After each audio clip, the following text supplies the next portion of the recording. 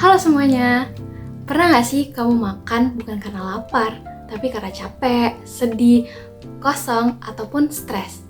Kalau iya, yuk kita bahas biar bisa menambah pengetahuan teman-teman sekalian loh.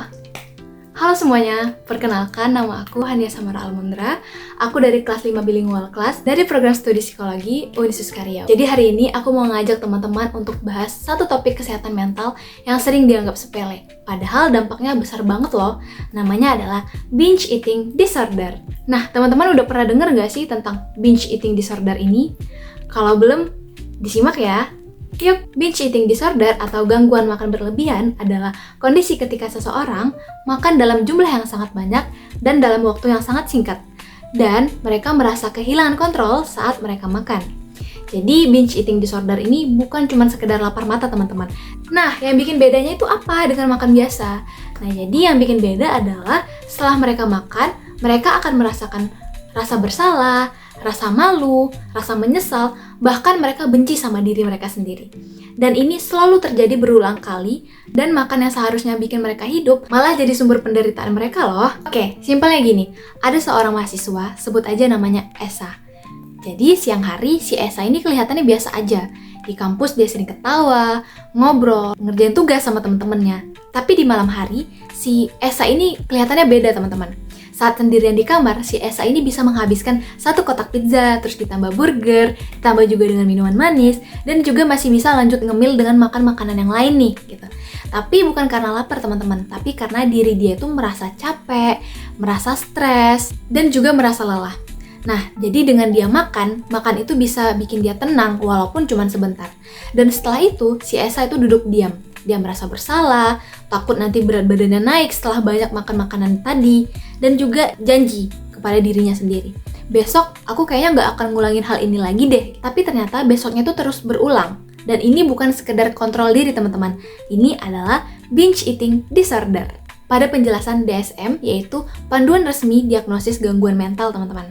Jadi seseorang bisa mengalami binge eating disorder jika dia mengalami episode makan dalam jumlah yang sangat banyak, terus dalam waktu yang sangat singkat, dan lainnya.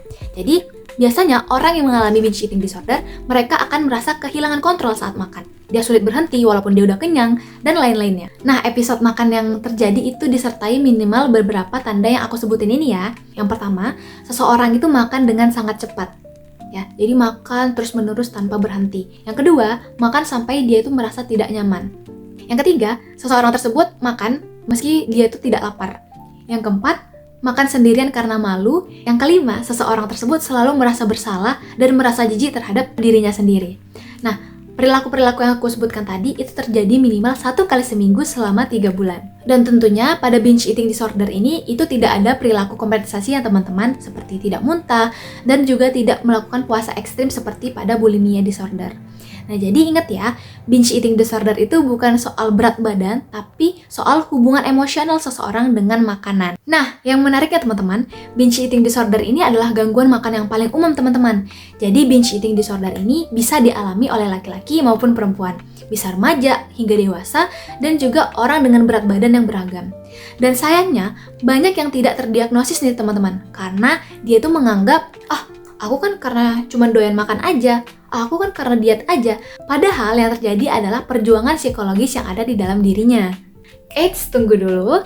Kabar baiknya, binge eating disorder ini bisa ditangani loh dengan melakukan beberapa pendekatan yang paling umum seperti psikoterapi. Psikoterapi yang sering digunakan itu adalah CBT atau Cognitive Behavioral Therapy. Jadi CBT di sini bertujuan untuk bisa memahami pemicu emosi dan juga pola makan. Terus yang kedua itu dengan membangun hubungan yang sehat dengan makanan. Jadi makan tanpa rasa bersalah dan juga tanpa adanya puasa ekstrim. Dan yang ketiga, seseorang tersebut harus bisa belajar mengelola stres dan emosi dengan lebih baik. Karena binge eating disorder ini sering jadi pelarian emosional saat seseorang tersebut tidak bisa mengendalikan dirinya. Oke, yang penting diingat di sini adalah ini bukan soal disiplin teman-teman, tapi soal pemulihan. Kalau misalnya teman-teman pernah merasa makan berlebihan secara diam-diam dan merasa bersalah setelah makan dan juga selalu bertanya nih, kenapa ya aku nggak bisa normal? Tolong dengar ini baik-baik ya. Jadi kamu makan itu bukan karena kamu lemah, bukan juga karena kamu gagal, justru kamu sedang berusaha bertahan ya. Dan kamu pantas untuk dibantu, bukan untuk dihakimi. Oke? Untuk itu, jika teman-teman sudah mengalami gejala-gejala yang sudah aku sebutkan tadi, diharapkan untuk menghubungi pihak profesional ya, agar kita semua sehat. Oke, sekian penjelasan dari saya. Semoga bisa menambah wawasan teman-teman. See you next time. Bye-bye.